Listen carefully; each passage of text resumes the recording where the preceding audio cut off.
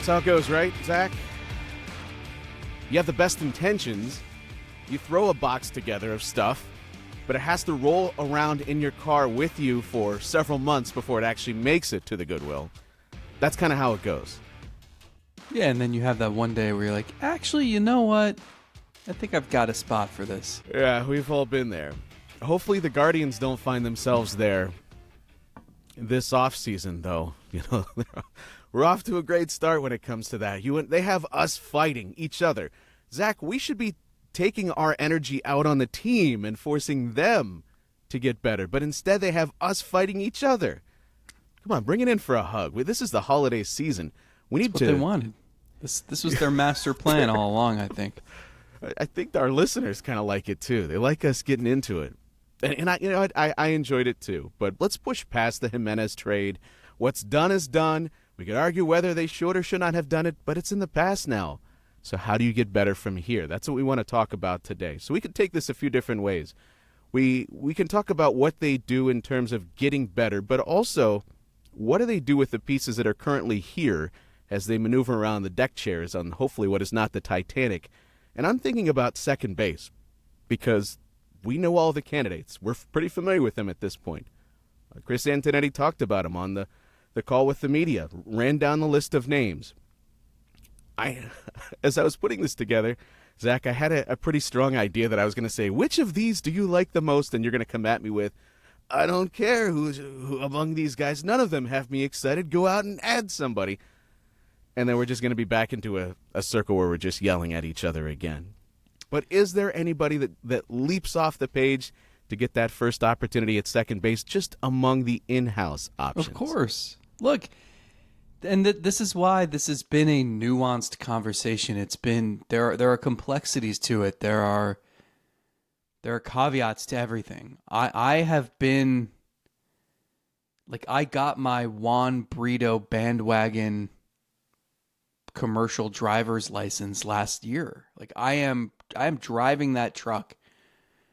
I believe in the guy's bat. I think he can be a useful major leaguer. I don't know if that'll happen in 2025.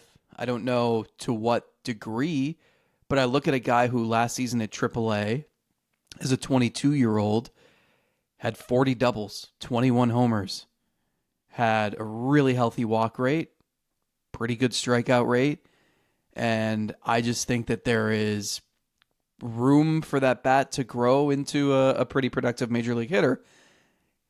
Will he stick at second base his whole career? I don't know. How long will it take him to hit? Is he a guy you ultimately want hitting near the top of your order? Or is he going to be a guy who hits lower? Like, I don't know what it looks like when he's at his best. But he's certainly a guy I'm intrigued by. And there is a little bit of, and I think we do this a lot with this organization because of how they stockpile prospects and how over time they have struggled to develop hitters in large part. And it makes us so fascinated by what we haven't seen yet. Like, the answer to, who's the future at this position is always that guy that you don't quite know everything about. So that there might be a little bit of that at play here because we've seen Freeman, we've seen Schneemann, we've seen Arias. But I like Brito. I just think it's risky to go into a season with Brito and Rocchio, who to me is also still unproven. I agree with you. I think among these options, the most intriguing is Brito. It's the one that we've been talking about now for a couple of years since they got him from Nolan Jones, and he is the guy that is going to inevitably, one way or another, reestablish how you feel about that Nolan Jones trade. His previous season aside, the year before, he was fantastic for Colorado, and that led us through an offseason of questioning whether the front office actually knows what they're doing these days. Brito can help reestablish that they indeed do, and this is a good player, a good hitter, a guy that you definitely want in your organization.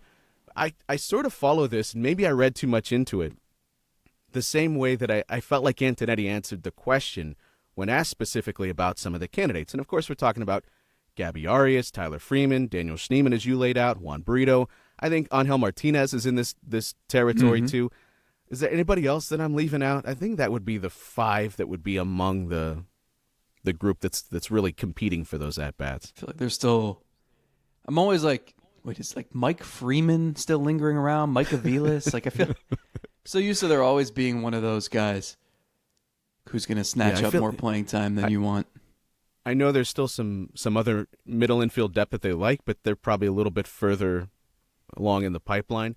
So I felt like those were the 5 that really are going to be competing for this. And if you notice, again, I feel like maybe I'm reading too much into it. The first name out of Antonetti's mouth was Gabby Arias as he was going down the list. And he actually didn't mention Martinez. Angel Martinez, that's A. Arias starts with A. We didn't mention Angel Martinez, and you could say, whoa, what does that mean? He's not actually going to get second base at-bats. I think it's probably just in the moment he's running down the list of names, and Martinez had already been mentioned. Can I interject with like a good life lesson to follow? Sure. Never, ever, ever try to read between the lines of a Chris Antonetti interview. This is the off-season. This is the way I felt like. If you listen to the way he answered the question, I thought we got a game plan of how this is going to play out. He mentioned Arias first, and then he culminated the answer in finally getting to Brito, and he gave the most in-depth response to Juan Brito. So I read that as Arias is initially going to get that first crack because he went down to AAA last year. We had calls for people wanting to see him back up here because he was starting to swing the bat really well. Has continued to swing the bat extremely well through the winter. For whatever that's worth. Are you going to never give him another opportunity?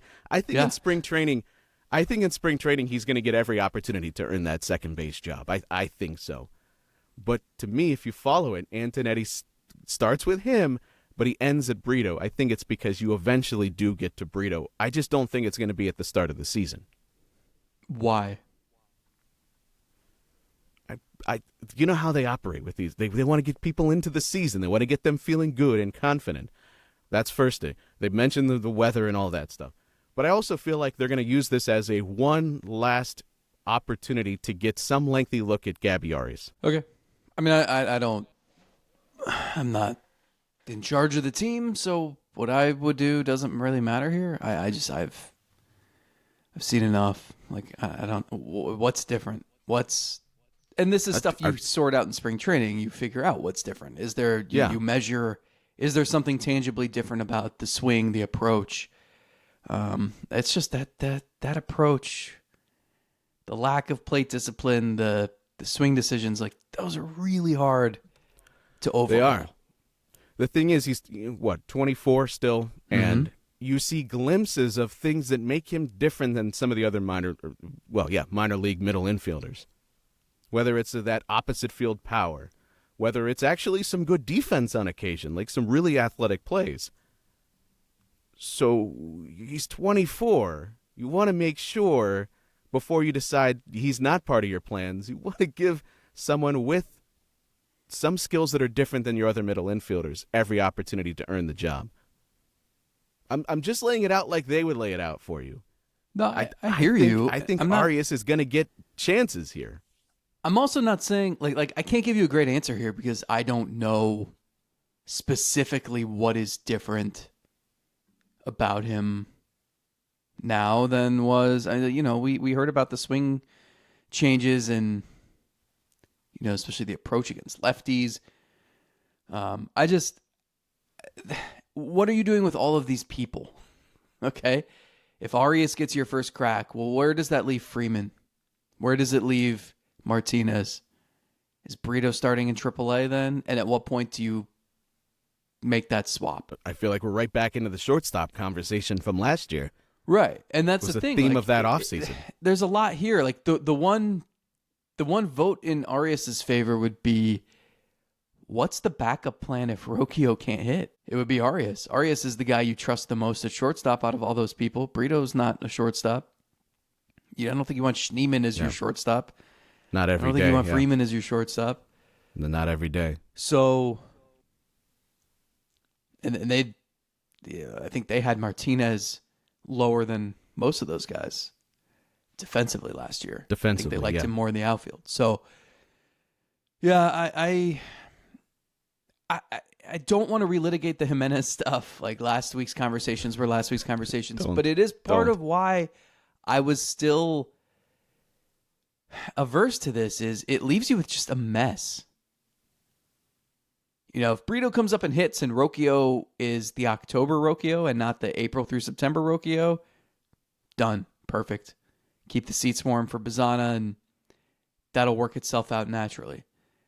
But if not, or if you want to go a different direction at first, just there's a lot of questions here. Like, I like Brito's bat the best, I think, by a considerable amount. But a lot of that is because I've seen, like, I would have said the same thing about Freeman a couple years ago because he had done nothing but hit at every level.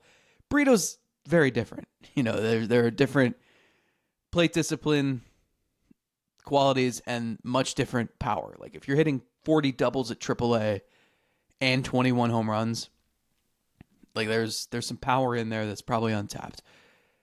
But I would have thought that Freeman would have been a better hitter than he has shown in the majors. So I just, you know, you have to temper your expectations, I think. And because of that, it just feels like it feels like we're right back to where we were a couple years ago. Yeah, I think part of the not feeling super optimistic about the group is because none of them have taken a step forward in the past. Even guys that haven't arrived here have driven in a little bit of disappointment, which is unfair to Angel Martinez or Juan Brito, who hasn't showed up here. But you go, well, you didn't see it really take off with Arias, and Rocchio has had flashes and was certainly good in the postseason with the bat, but that's not consistent enough. And you're just hoping for this to come a lot quicker than it has. And you're also talking about guys that are outside of Schneemann still in that 23, 24, 25 territory, and you're expecting them to be fully finished major league players, and that's not always how it goes. But you can't roster all of them forever, and you need to be right about whoever is going to be good. Would it help at all if I provided you some context of what the projections think about each of these men going into next year? What if I offered you some Steamer WRC Plus projections? Let's start with Gabby Arias. You know what? The fact that he had a 70 WRC Plus, is that offset at all by the fact that he went down to AAA and slashed 317, 360, 545 with a 130 WRC Plus, 6 bombs in 43 games? The projections say a 94 WRC Plus for Gabby Arias. 94, which is higher than you were getting from Andres Gimenez, by the way, last year. Let's move forward to Tyler Freeman. Do you think it is higher or lower? Let's bring this back to a game you actually would like. Price is Right. Higher or lower than Gabby Arias' projection for WRC Plus? Tyler Freeman. I'm going to say higher. You progress forward, sir. It is higher. That's a 109 from Steamer. Wow. The projections, I think the projections are like you, and they keep saying there's a better hitter in here. There has to be. I don't know when he's going to arrive. And you look at the fact that his batting average on balls in play was terrible last year, and maybe you think, I don't know, some bad luck led to a 209 average. All I know is, Zach, watching him in the minor leagues, I never thought, here's a guy that's going to hit 209 in the major leagues. Right. Never would have thought that. Yeah, I don't know with him. You're right. Like but we've got 637 plate appearances. It doesn't have to be the end all be all with him. Like, we don't have to write him off completely, but I'm certainly losing faith. The tale of two hitters, too. Initially early last year showing power, and then that disappeared. I don't know what sort of hitter he wanted to be. But the projections say 109. Let's move forward. Angel Martinez, higher or lower than 109? I'm going to say lower. Yeah, you're right. It's a 95 WRC Plus for Angel Martinez. 95. Daniel Schneemann, who probably is better suited as more of a utility guy, but certainly will get some at-bats at second base this year, I'm sure. He had a 93 WRC Plus. Weird year for him because he was on fire at AAA, came up, had some early success, really, really fell off, then was all of a sudden thrust into the starting lineup in postseason games, Because Stephen Vogt had a good feeling about his good feeling about his at bats in the practice games. A good thing to remember too is that we think we have this scripted out every offseason. We have to think this way because otherwise, what are you going to talk about? But you build your lineup in your head, you build your pitching staff in your head, and then you blink and it's the 2022 playoffs and Gabby Arias is starting at first base. Or it's the 2024 playoffs and Daniel Schneemann is starting in right field hitting sixth. Like, things never go to plan. So we can spend all this time talking about, well, if Brito hits and if Arias' swing changes are legit, and Arias is going to wind up catching Game 6 of the World Series this year. Hey, good arm back there. I don't know how that would work out. Schneemann, higher or lower than Martinez's 95 WRC plus? I'll go lower. Lower is correct. That's at 87, courtesy of Steamer. And again, this is what projections we have so far in the offseason. So we work with what we got, which brings us to Juan Brito. Juan Brito, who finished last year with a 113 at AAA, slash line at 256, 365, 443. What do you think? Higher or lower? You could say higher than Daniel Schneemann, but where do you think he ranks in terms of these second basemen? I'll say second. I'll guess like 104. That's not good. At the very end with the car on the line. You don't get it. Now, you were correct that he was going to finish second, but not in the projection that you had. It's lower than average. 97. 97. What is it about Freeman that they like so much more than everybody else? I would say it's just the minor league production.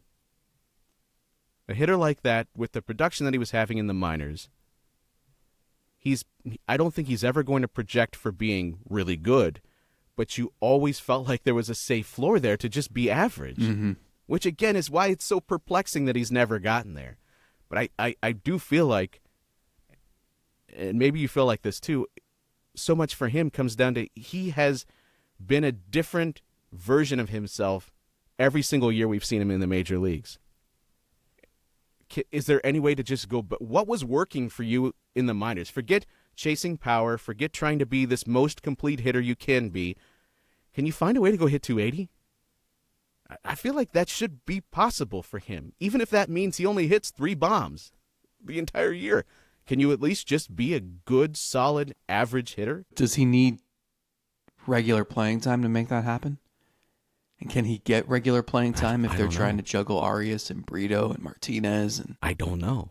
See, to me, I would think his bat wouldn't need a lot of maintenance. It just feels like it should be a good, quick, short stroke. Yeah, but 2023, when he was only playing on Sundays,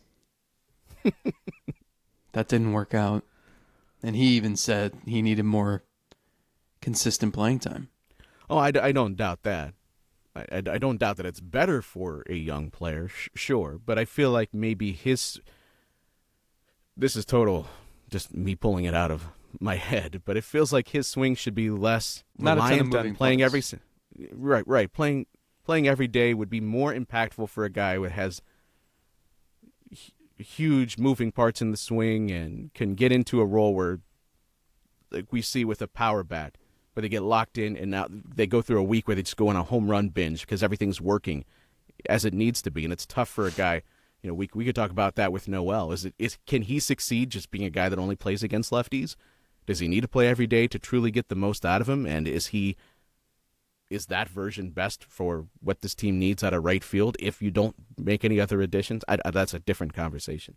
But Freeman it doesn't feel like you should be, or he shouldn't be needing those at-bats. But maybe, I don't know. It's inexplicable any other way.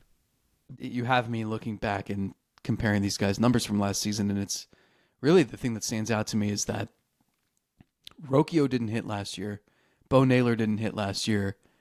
You're not going to have David Fry for at least part of this season. And when you do, he'll be limited defensively. And you're looking at the bottom third of that order and you're saying, okay, well, it's going to be Bo Naylor and Brian Rocchio and whoever's starting at second base, most likely. And you can't have a bottom third of the order where the opposing pitcher can catch their breath. And that's what it looks like right now. So I think this is a critical, they need a solution.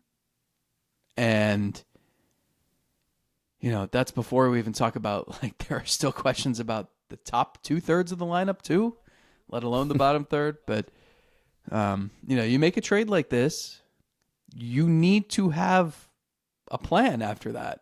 I know Gimenez didn't hit last year. I completely understand. But that had nothing to do with the fact that they needed offensive help already.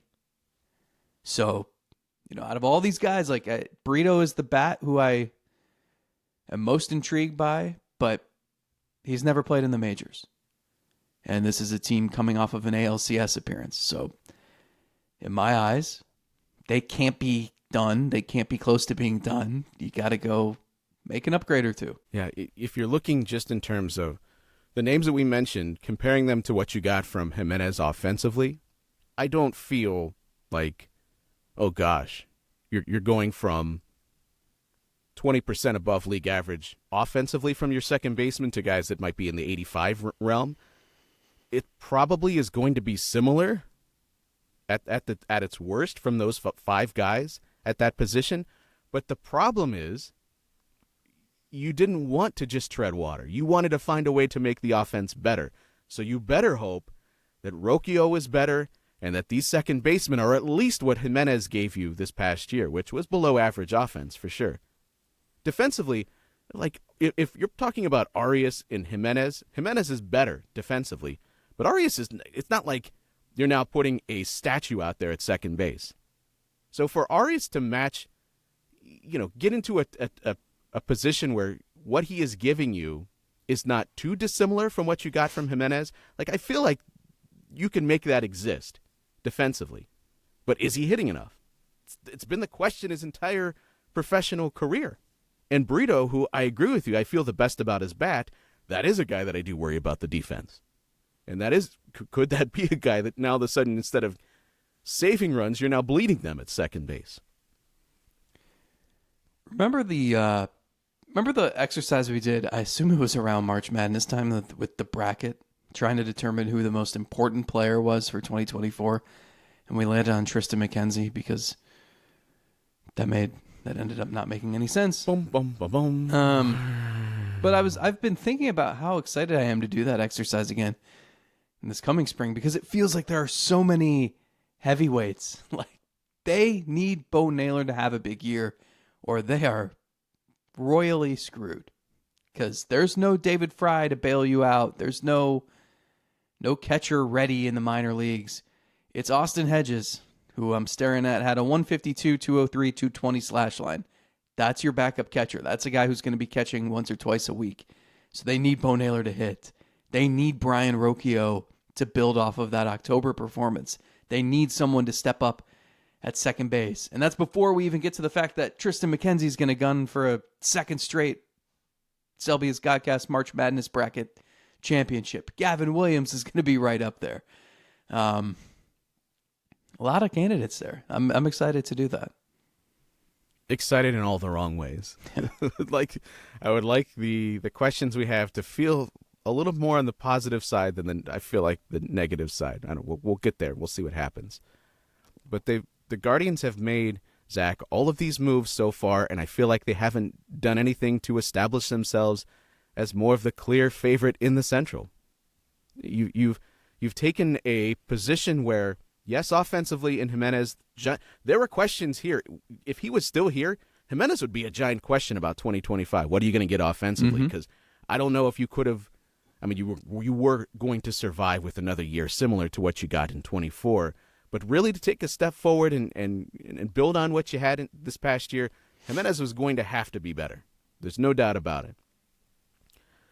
You've taken that and you've now really shifted that to the pitching staff, and you bring in a guy that also has tons of questions, but I feel good about Ortiz at least providing some quality innings for this team. But I want to see if he's more than that. Is he more than just a guy that's soaking up the innings. So you've just moved the problems around the board, created some new ones, not doing much to fix it.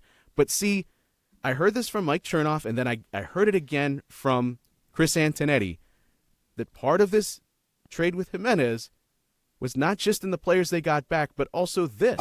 So one of the things we've been able to do with this trade is that it gives us flexibility to be able to reallocate the money we had invested in Andres to other parts of our roster where maybe we can employ it a bit differently at positions where we don't have quite that same depth. I've now heard it twice, Zach, that part of this trade is reallocating the money to other parts of the team. You've been all over ownership, that they're even in this position to have to need to do this. Okay, we established that. And the front office, we gave them props. This is the place where they have to live. And you give them credit for trying to do what they can to be successful every single year. But now they're going to get put under the microscope because both men in the front office have said that part of this trade is what else you do with the money that you've freed up. And if you don't do anything with that money, now you are the problem as well. Yeah, I mean, I think we've said that since the trade went down, how important that was. And again, it's just act like you're a team that went to the ALCS and was 3 wins away from a World Series trip instead of, like, I've seen no evidence of that. The Shane Bieber, I'll say the Shane Bieber move was indicative of a team that felt like, well, we get him back for the second half and he's a guy who we will want starting playoff games. Great. You did also already have him. So go make some moves that show that, like, flex your muscle a little bit. Act like you are one of the American League Titans. You were all season. I know that to us, to the fans, to everybody outside of that clubhouse, we were scratching our heads saying, how are they doing this all year? But it didn't matter because they did it all year. They were in first place start to finish. They had one of the best records in the American League start to finish. And they need to act like that. Like, go build off of that again. So they can't be done. And, it doesn't even, no one is saying, we're never going to look at the top of the free agent list and be like, yeah, go get that guy. Like, we understand the realities, even if we feel like to certain extents that doesn't need to be the reality. But there are moves you can make to improve your team that don't cost an arm and a leg. So go do that. That's all. Just everyone recognizes this is not a perfect roster. Do whatever you can to make it slightly more perfect. Or slightly and less imperfect. That doesn't mean bringing back Dom Nunez either.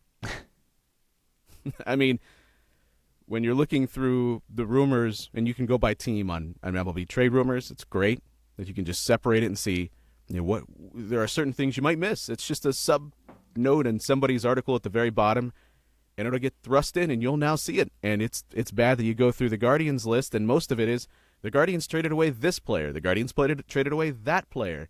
The Guardians signed a minor league catcher that they already had that has no business playing in the major leagues. Or I saw another one, Zach. It's the Yankees seeking first baseman, and whose name is in there? Of course, it's Josh Naylor. And maybe just from a standpoint of seeing how Yankee fans would react to now Naylor playing for them. Would that be the guy that's making the heel turn, now turns face, and it gets cheered harder than anybody's ever cheered for them before? But apparently the Yankees considering Josh Naylor. I don't even know how that trade would come together, but that's what the MLB trade rumors page looks like. Can we make it a little bit better? Can we spice it up a little bit? Can we create some rumors of our own? Sure. Aggregate the hell out of us. Let's go. According to some show that 2 idiots host, well, 1 idiot and 1 pretty smart guy. Who's who?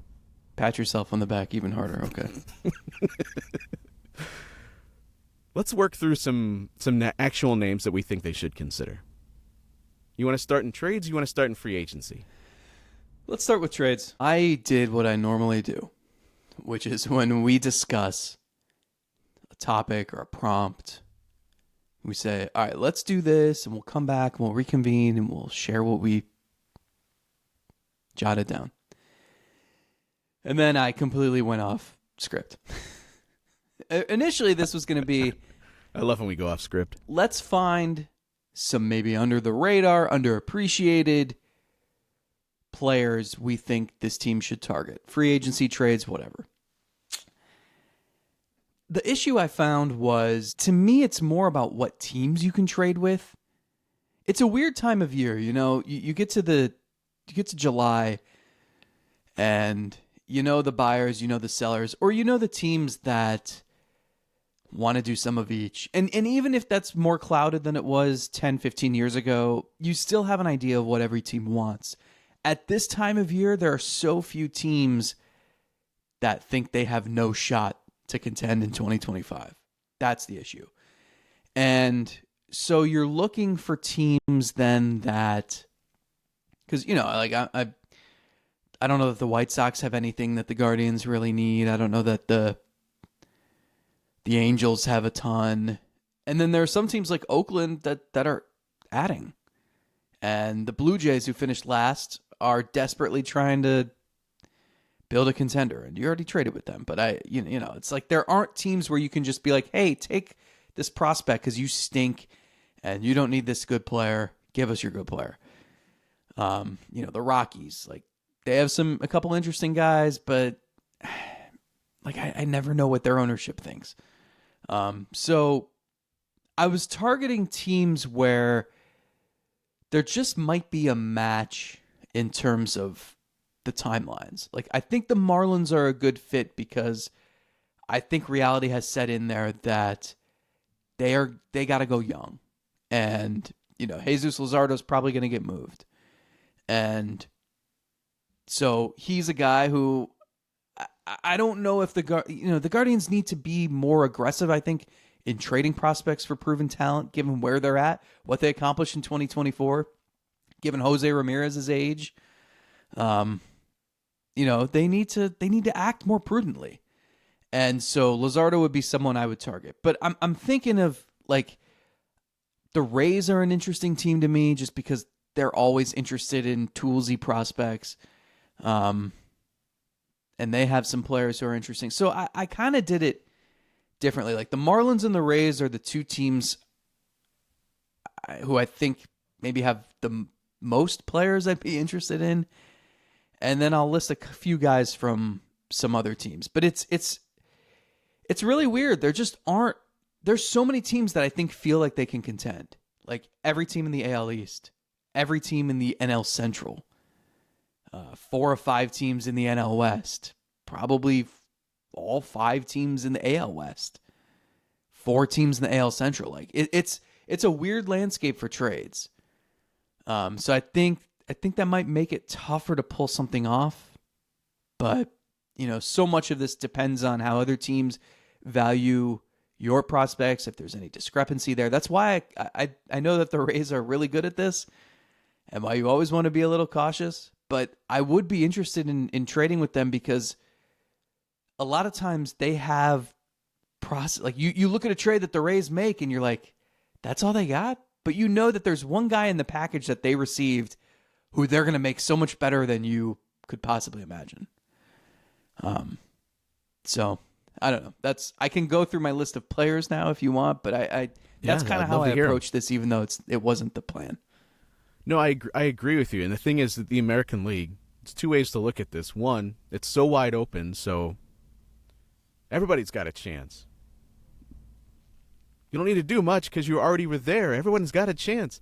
The way I look at it is the American League is so wide open. Yankees just lost his generational talent, and I know they're doing their best to spend the money that he didn't want, but he went to the National League. Feels like just go through the teams. Everybody, the Yankees are flawed. They beat you in the postseason, would certainly rank them above the Guardians now, but they're flawed. Everybody in the East, everyone's making a good case for the Red Sox. Okay, I'll listen to that, but are the Red Sox just supremely better than where Cleveland's at right now? No. And everybody else, the Blue Jays, they can't ever get out of their own way. The Orioles are going to lose Corbin Burns. The Orioles are in a weird spot. I mean, their fans have to be just losing it this offseason. And that's just the East. And then in the Central, we were very familiar with where everyone's at in the Central Division. In the West, the Astros are taking a step back, trading a great hitter over to Chicago and Tucker. I mean, what? This American League is so wide open. Go make a few moves and establish yourself as a real legitimate contender once again. The Mariners are like 2 bats away from being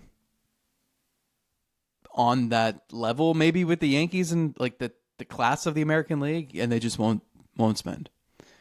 And the only way they feel like they can fix their lineup is to trade away a member of their rotation, which might be the best rotation in the league, and then, more rearranging chairs. So, yeah, that's kind of where I'm at, and that's why. So, like, the Rays, to me, that the one guy who just makes so much sense is Brandon Lowe, because he can play second base. I wish I could show you my screen. That's who I have open right here in front of me. Yeah, he's got 2 years of control, $10.5 million, which, what do you know? That's what Gimenez was making, and then $11.5 million on a team option. Hits for power. He's just he's really the perfect fit. I mean, he's not. You're not going to mistake him for Andres Gimenez at second base. But you don't have to. Like, there's versatility there, and you can shift him into right field sometimes if you want, and that's where you can get some at-bats for Freeman and Brito and whoever else. He makes a ton of sense. I don't know exactly what the Rays' plan is. Obviously, they're probably always looking to shed some salary, and they're going to want, a lot for this guy because he's really good. But he just, like, if you're trying to figure out prospects for a position player trade, that's number one, and there's nothing close in my mind.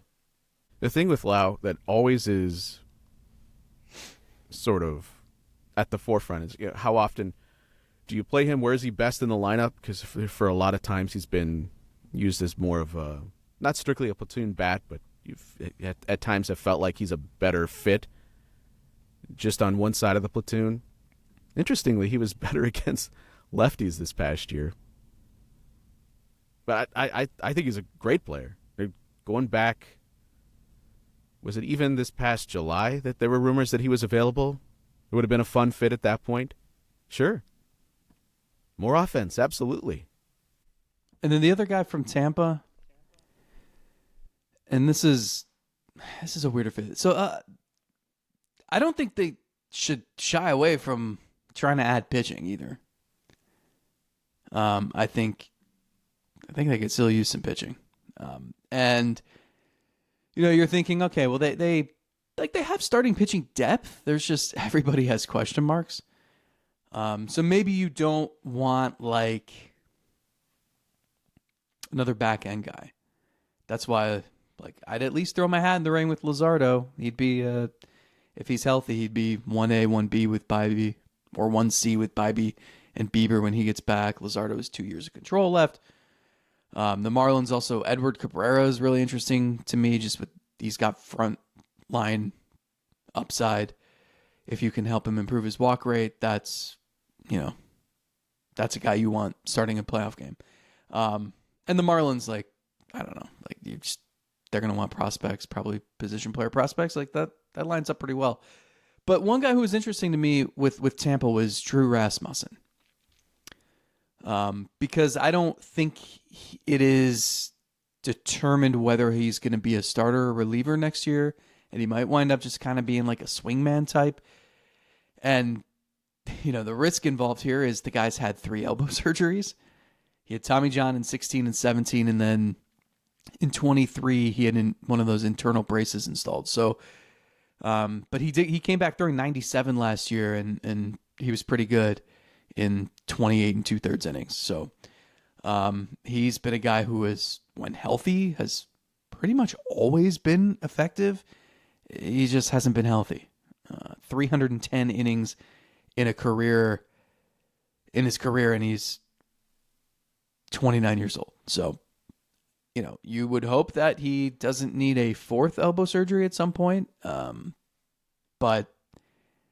I don't know, maybe he could be like a swingman type and just be that Swiss Army knife that they kind of thought Ben Lively would have been had they not needed him to pitch as much as he did in the rotation last year. Rasmussen has 2 years of control. I'm looking for good players if I'm the Guardians. And I care less about fit at the moment. I just want talent. Yep. And so to me, Lowe is the most intriguing position player. The Marlins have the most intriguing pitchers, but Rasmussen's interesting just because, with where Tampa's at and with his history, maybe he wouldn't cost too much in terms of prospects. That makes sense. On the free agent side, we talked, if you go back to the Patreon show, we brought up a few names, and we can go through this again for anybody that missed it, but we spent some time talking about Max Kepler might being a fun fit. Less of a proven bat in that he just is coming off another down year, and there's always questions about how much he's going to play, but there have been times where he's actually a difference maker offensively. I would certainly want to continue conversations there if they've even happened. And then I'm like you, focusing a lot still on pitching. There are, as much as it's imperfect and there's a lot of question marks about the offensive side, there are a lot of bodies there that I could at least cycle through and am semi-intrigued by, even in the infield and the outfield. And certainly some young players there that are in the pipeline that could be arriving very soon. But the pitching side, I still am slightly concerned about the innings there. And I would like to see them add another veteran arm of some sort. And I kind of put them into tiers. You can have the easily dismissible ones, like Nick Pivetta would be a great fit if you're just talking in terms of talent, but you're talking about a guy that declined a qualifying offer. I put him into a territory that I considered Edwin territory, and that's if the market somehow pushed him to you, but I don't think that's going to happen with just the state of pitching. And then I had a group called Fun Old Dudes. Imagine Max Scherzer won last year in Cleveland, working with Carl Willis, trying to get the most out of his arm. Charlie Morton, or maybe even Kyle Gibson. All these guys projected to get 1-year deals. Whether it was Scherzer, he was projected 1 year 16. Morton at Fangraphs, the projection was 1 at 14, I believe was the median. Kyle Gibson 1 for 13. I don't know what the Cobb contract does to what these guys might get in a 1-year deal. But all those guys would be fun fits for the back of the rotation, just very solid. You hand the ball to, well, maybe not in the case of Scherzer, there's still some question there. But you hand the ball to him every 5th day, and while it might not look like an ace anymore or even a 2, I feel like the odds are good that you're just going to get 160 solid-ish innings. And I like at the end of their careers, maybe can impart some knowledge on some of the young pitchers that are here. I don't know. There might be a good connection there. What could Bybee and Gavin Williams and maybe even Logan Allen still learn from a veteran pitcher like Charlie Morton or Kyle Gibson, seeing them go about their business every day? I think that would be fun. And then I have a list of probably where they'll live or closer to it. Andrew Heaney was one that I had mentioned before at Patreon, but still, I don't know. I think there might be some teams willing to give more than the Guardians would. Trevor Williams is a name that I find intriguing, as well as Jose Quintana. Jose Quintana just screams Guardians to me because it's a guy that you saw for so long in the division. Finally, towards the end of their career, you might be able to get your hands on him for a couple of years. Again, not extremely great innings, but just good, solid innings, considering what he gave. Was it New York this past year? And then I mentioned Kyle Hart. If you're talking about a guy that you're trying to create the next Ben Lively, maybe a guy that could get $14.5 million according to Fangraphs for a couple of years, but really had some good success over in the KBO. I would like to see what Cleveland could do to take what he learned over there, what he had success with, had a ERA in the 2s this past year in the KBO. Left-handed starter, I like that in Cleveland. Try to neutralize some of those left-handed swings from the opposition. And a guy that's a little bit under the radar, but might be a fun add to the back of the rotation. Any of those guys, whether it's the fun old dudes or guys that are a little just more solid than anything, sound intriguing to you? Not really. I don't know. Like with the starting pitching, I guess it's just... See it, everybody. how confident are you that Jose Quintana would be better than Joey Cantillo and Logan Allen?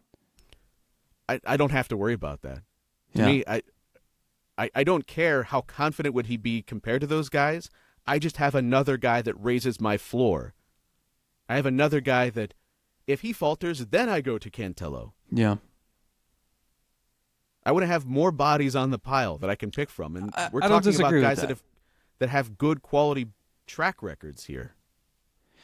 I don't disagree with that. I guess I'm thinking of it in terms of knowing that they have limited money that they're going to spend. I would rather swing a trade for someone who is already being paid. Sure. Just like, if you're going to spend that money and increase the potential of the team by like this tiny smidgen versus if you can swing a trade for a player and it's going to cost you prospects too, but it's going to make you this much better instead. I don't know.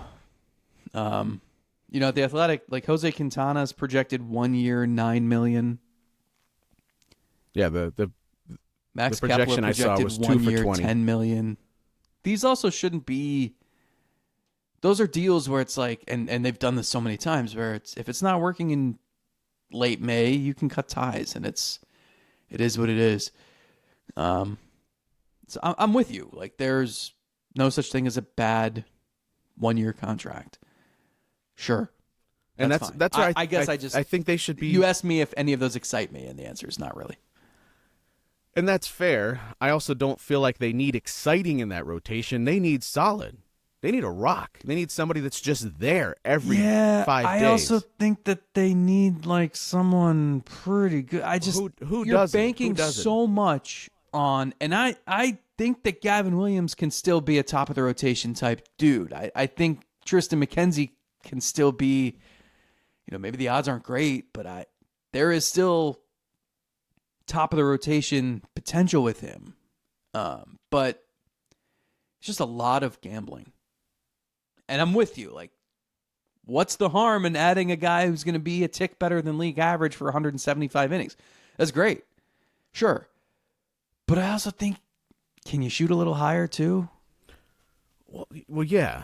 Yeah. Just See, because to me, I don't think that like the Cantillos and the Logan Allens and the Ben Liveleys and the Doug Nikhazy's have that top of the rotation potential. So if Williams and or McKenzie falter, Bobby's going to need help.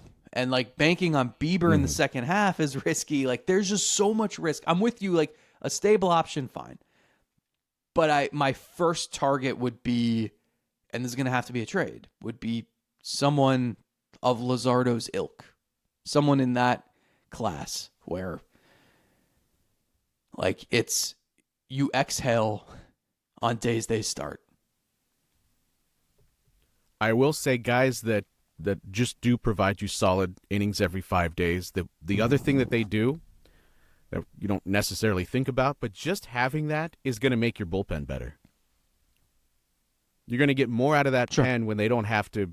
You don't have to ride them like you did, and you also hopefully make them better in October, so they're not dead tired by the time you get to October because you had to win games. That's the way you had to play it.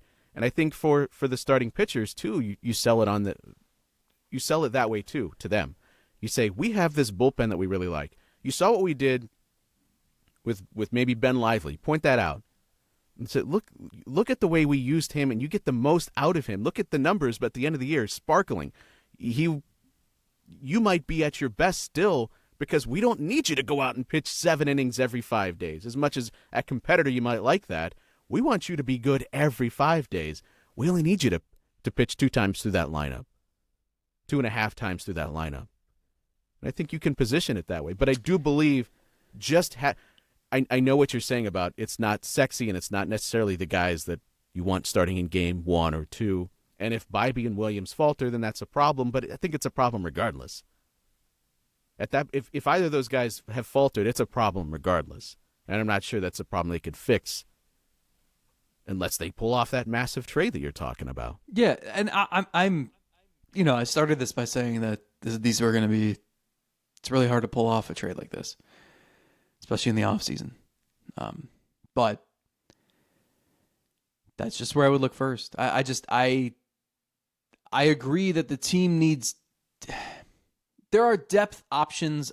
Everybody on the staff has question marks except Bybee. And I guess if you're gonna invest the $10 million or whatever, if you have to choose one or the other, and that's what I hate about these offseason conversations is the real answer should be you can do multiple things here. You can sign a guy who's just going to be a steady average starter for you, and you can trade for a really good pitcher or position player. But, how often does that happen? Can I give you a couple more names? There's one other team that was really interesting to me. Sure. The Texas Rangers. They have a surplus of hitters. So they would be a team I'd be looking at. The tough thing with them, obviously, is, especially in that division, and given the fact that they won the World Series a little more than a year ago, I'm assuming that they want to contend in 2025. So I don't know what the trade here looks like, and therefore very much guessing that there isn't anything that you can find. But I'd at least hold some conversations with them because I think they're in an interesting spot. They've got Wyatt Langford, who is a star in the making in the outfield. They've got Evan Carter, who was looking like a star in the making in the outfield in 23. Took a step back last year, super young, and was a top prospect. So they've got Leody Taveras, who had a down year last season. Adolis Garcia had a down year. And I just wonder if, they have Josh Young at third base, and then Josh Smith was like their Ben Zobrist, basically, playing all over the place. Won a Silver Slugger Award, which is weird. He slashed 258, 337, 394, but he had a 3-win season. And I'm just looking at this team and I'm thinking, he is like the dream for a manager, and he is what you dream of Freeman or Martinez or Schneemann being.